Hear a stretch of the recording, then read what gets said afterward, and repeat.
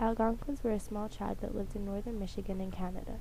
Since so many Algonquins lived along the Atlantic seaboard, they were among the earliest Native Americans having contact with European explorers and settlers such as Jamestown colonists, the Pilgrims, and the founders of Quebec and Montreal. Many Algonquins were scattered or pushed westward soon after the arrival of Europeans in the colonial years.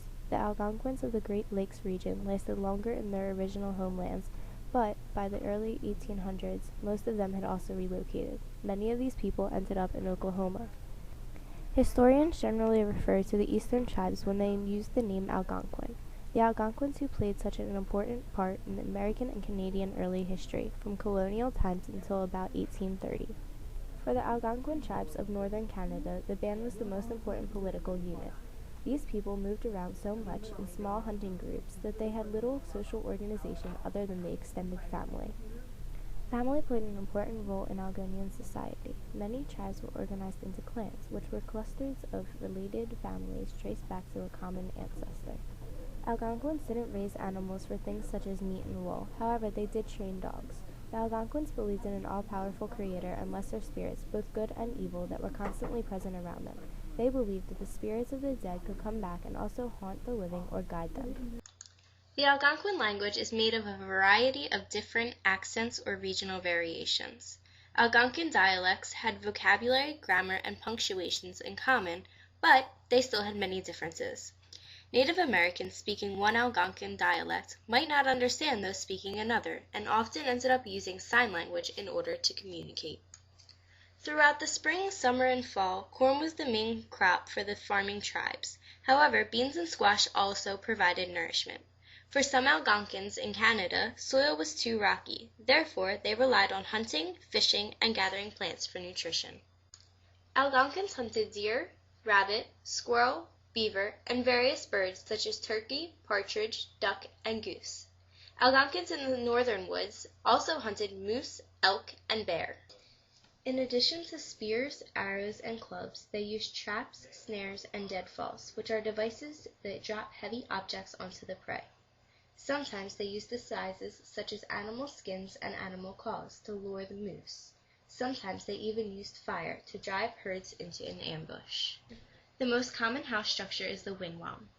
The typical wigwam frame consisted of small trees bent and tied together into a dome shape, then covered with strips of birch bark and sewn together. Recently, the Algonquins of Barriere Lake have gained an unexpected victory in their decade-long struggle to secure their land rights and protect areas of cultural, spiritual, and biological importance.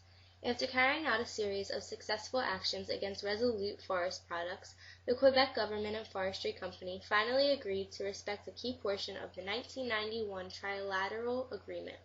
This was a plan for some 10,000 square kilometers of Algonquins' traditional territory to be saved.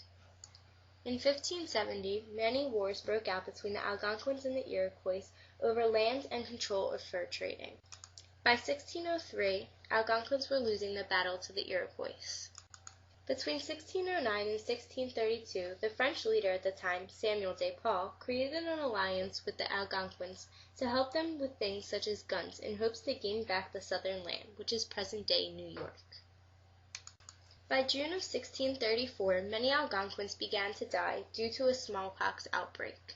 The French stopped supporting the Algonquins in June of 1650. However, when the Iroquois grew stronger around June of 1667, the French stepped back in to help fight them off. This allowed Algonquins to regain control of the fur trade, but there was only about 2,000 people left in the Algonquin population.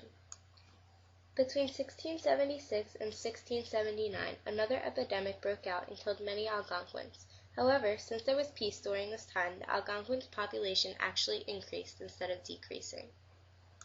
When British conquered Quebec in 1760, Algonquins gave up their French alliance to instead join the Britons.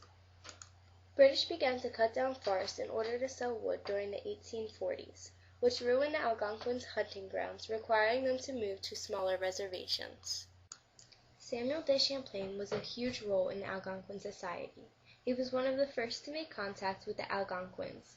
He was also the first European to explore territory along the Ottawa River, which now brings many tributaries through the land of the Algonquin Indians. Hockey star Gino Ojic is an Algonquin who is also active in trying to combat alcohol abuse among First Nations youth. Currently, there are almost 8,000 Algonquins in Canada, organized into 10 separate First Nations, 9 in Quebec and 1 in Ontario. Some tend gardens, however others still stick to the traditional hunting and trapping lifestyles of Algonquin Indians.